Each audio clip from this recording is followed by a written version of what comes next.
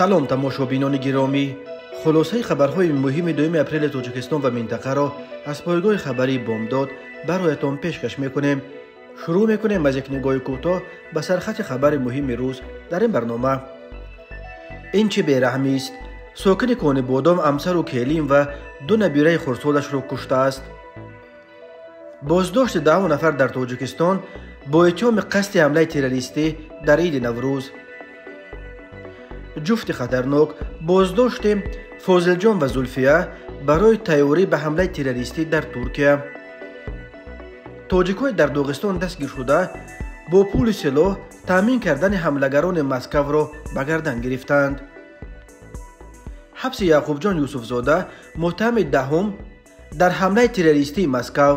و اکنون تفصیلات خبرها.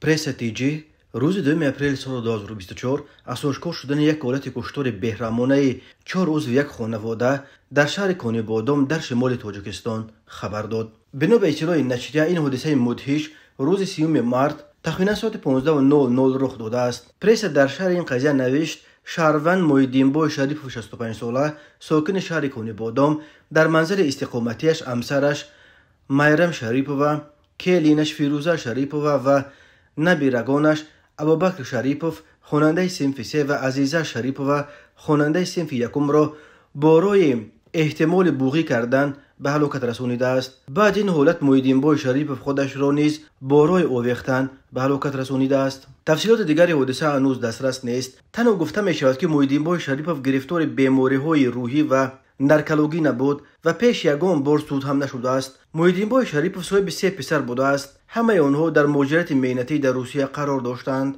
سبب یکباره 4 پیوند خود از جمله 2 نبیره خردسالش را کشتن ساکن سالخورده کان بادام معلوم نیست. حالا از جانب مقامات حفظ حقوق ولایت سوخت حالت مذکور و سبب کشتار مورد تحقیق قرار دارد. روز 1 اپریل سال 2024 با تکیه به منابعش در نیروهای امنیتی ترکیه خبر داد که شهروند 37 ساله تاجیکستان فاضل جان و شریک 41 ساله از قرقیزستان زلفیه در شهر استانبول با اتهام آمادگی به حمله تروریستی دستگیر گردیده زلفیه را الکی از قلمرو ترکیه اخراج کردند. بنا به اطلاع نشریه کارمندان مقامات هر دو را از یک منزل در محله پندیک استانبول بازداشت کردند. هنگام گفتگو از خانه آنها لباس رسمی ژاندارمری همچنین کلاه و جفشن پلیس، رادیو ماشین، کارت و مواد الکترونی با دستورهای یافت و همچون دلیل شیعی مصادره کرده شده است. به باور مقامات آنها قصد داشتند بعد انجام حمله با استفاده از لباس پلیس فرار کنند. معلوم شده است که فاضل جان مدت طولانی باز عضو سازمان تروریستی داعش بوده. او را در بین جنگجویان با لقب ابو اسماعیل میشناختند. تفتیشات حالا باید معلوم کند که این زاده تاجیکستان با کدام افراد داعش در تماس بود و در ساختار این سازمان تروریستی خود او شخصا چه مقام داشت. به گفته منابع حریت حمله تروریستی نقش ریزی کرده فاضل جان و زلفیه در مرحله تیار قرار داشت. در این باره که آنها در کجای ترکیه میخواستند حمله انجام دهند چیزی گفته نشده است. 4 زاده تاجیکستان که متهمان اساسی در حمله خونین روز 22 مارس در کنار شهر مسکو دانسته میشوند نیز با ترکیه ارتباط داشتند. در آن حمله به تالار کنسرت‌های کراکو سیتی هال در شهر کراسنogorsk 144 کس کشته شدند. معین کرده شده است که دست کم 2 نفر از متهمان اساسی سید اکرم رجب علی زاده و فریدون شمس‌الدین در اول سال جاری به ترکیه رفته هر کدام در آنجا بیش از 1 ماه مانده و سپس هر دو همزمان در یک روز یعنی 4 مارس همگی 2 هفته پیش از حمله به روسیه برگشتند. اخیراً منبع خبرگزاری روسی سپوتنیک تاجیکستان خبر داد که یکی از متهمان اساسی حمله به کراکو سیتی هال فریدون شمس‌الدین با سازمان‌های افراطی تاجیکان در ترکیه علاقه داشت و آمادگی حمله تروریستی را در استانبول گذاشته است. منبع سپوتنیک همچنین گفته است که بازداشت اخیر 10 تن از افراد داعش در ترکیه محض بر اساس بیانات فریدون شمس‌الدین میسر شده است. وزیر کارهای داخلی ترکیه علی ارلیکای روز 31 مارس خبر داد که در بین 4 روز در 21 ولایت این کشور 51 نفر را با اتهام همکاری با داعش دستگیر کردند. دادگاه نهایی بسمانی شهر مسکو روز 1 اپریل سال 2024 باز یک زاده تاجیکستان را با اتهام دست داشتن در حمله خونین تروریستی روز 22 مارس در طولور کنسرتوی کروکو سیتی خول تو 22 مای بابسی پیشکی گرفت. خدمات مطبوعات دادگاه شهر مسکو با نشر عکس و ویدیو از طولور دادگاه بسمانه در تلگرام کانالش خبر داد که یوسف زاده یعقوب جان دولتخان نیز بر اساس ماده 205 قسم 3 بند به کودکس جنایتی روسیه با دست داشتن در حمله تروریستی عیبدار می شود. بنا به اطلاع دریافته یعقوب جان یوسف زاده دهه موقعیان در کنار شهر پنجکین بوده. 25 سال و 3 فرزند دارد. قبلا سود نشده است. تا زمان بازداشتش به صورت غیر رسمی در یک ساختمان کار میکرده است. خود یوسف زاده و نزدیکانش و یا ادوکات او برای شرح قضیه دسترس نیست، ولی بنا به فرضیه تفتیشات او به انتقال پول به افراد متهم به حمله تروریستی روز 22 مارس عیبدار می شود. بر اساس مواد پروندهش یعقوب جان یوسف زاده تصادفاً در جریان یک رید در چارچوب عملیات نلگال به دست افتاد. روز 25 مارس او و یک شناسش را کارمندان پلیس منع کردنی می شوند، ولی آنها کوشش فرار می کنند. کارمندان پلیس آنها را تعقیب می کنند، ولی بعد بازداشت یوسف زاده از نشان دادن حجتهایش و نشستن به ماشین پلیس گویا سرکشی کرده است. به این دلیل او را مجبوراً به شعبه پلیس آورده. روز 26 مارس در اول برای سرپیچی از اجرای امر پلیس به 12 شبانه روز حبس مأموری هم کردند. کمیته تفتیشات گفته لکه بعد بازداشتش معلوم شد که یوسف زاده چند روز قبل از حمله تروریستی به کروکوس به واسطه کارد بانکیش به یک شریک این حمله برای تامین مکان زیست تروریستا پول گذرانده، باز یک مقدار پول دیگر را بعد انجام حمله به حساب یکی از متهمان انتقال داده است. طوری قبلا خبر دادیم شام 22 مارس سال 2024 4 نفر مسلح و طولور کنسرتوی کروکو سیتی خول در شهر کراسنogorsk در کنار مسکو حمله آورده ازدحام را تیرباران کردند. در نتیجه 144 نفر کشته شدند. تا امروز در رابطه با این حمله در روسیه دست کم 15 نفر بازداشت شدند. اسم 12 تن آنها نشر شده است. بجز از یک زاده قرقیزستان 11 نفر باقی مانده شهروندان تاجیکستانند. تماشابینان عزیز، یادآور می‌شویم خلاصه مهمترین اخبار تاجیکستان را از پایگاه خبری بامداد تماشا دارید. برنامه را ادامه می‌دهیم. روز 1 اپریل سال 2024 نام‌ها و نخستین ویدیوهای بازپرسی‌های دو تاجیک در جریان یک عملیات ضد ترور در جمهوری داغستان روسیه دستگیر شدن نشر شد. بنا به خبرها از 4 عضو این گروه پنهانکار 3 نفر، یک زاده خود داغستان در شهر کاسپیسک و 2 تاجیکستانی عبدالواحد فیض‌اللهیف 36 ساله و رستم سیدزاده 24 ساله در مخچکله پایتخت داغستان به دست افتادند.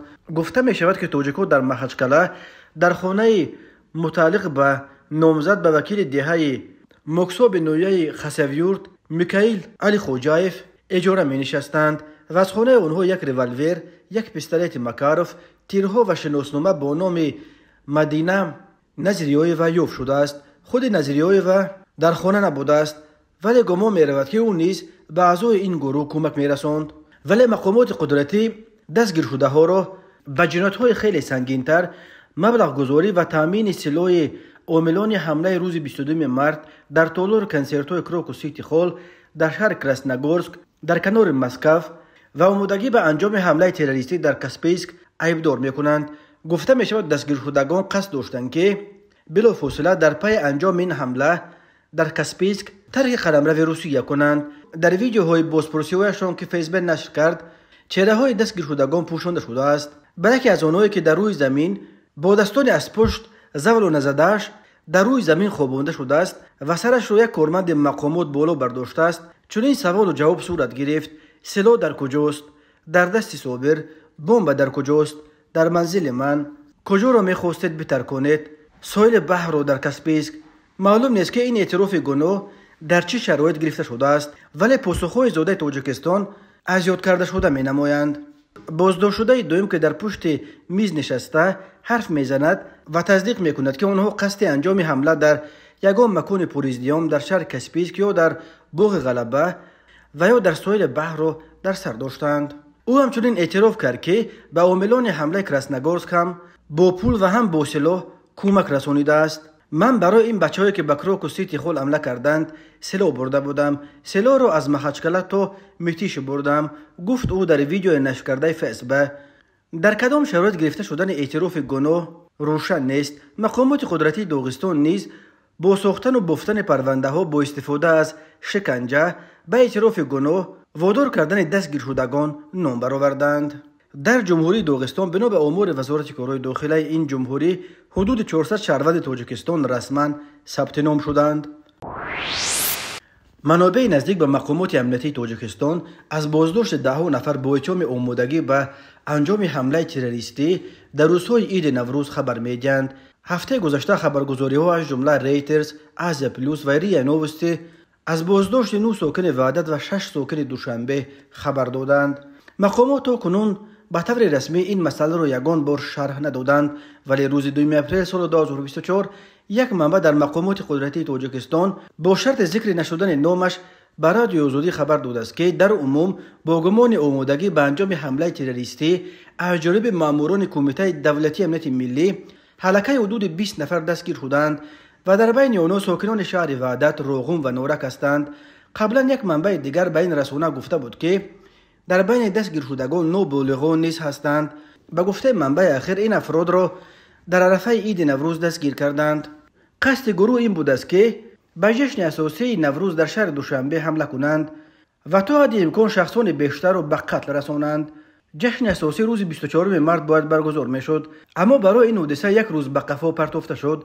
بعد از گرفتن خبر درباره قصد حمله، نیروهای ویژه کمیته امنیت ملی و وزارت کارهای داخلی 2-3 روز میدان استقلال را زیر نظارت گرفتند. بعد از آن که گمانبران بازداشت و خوف برطرف شد، جشن را گذرانیدند، گفته است این منبع. او افزود که تفتیشات پرونده را کمیته امنیت ملی در هماهنگی با دادستانی کل پیش برده ایستادند و مفتشان از جمله تلاش دارند که تا کجا با عاملان حمله به تالار کراکوسیک تخول در شهر کراسنگورسک روسیه رابطه داشتن دستگیر شدگان را تحقیق کنند.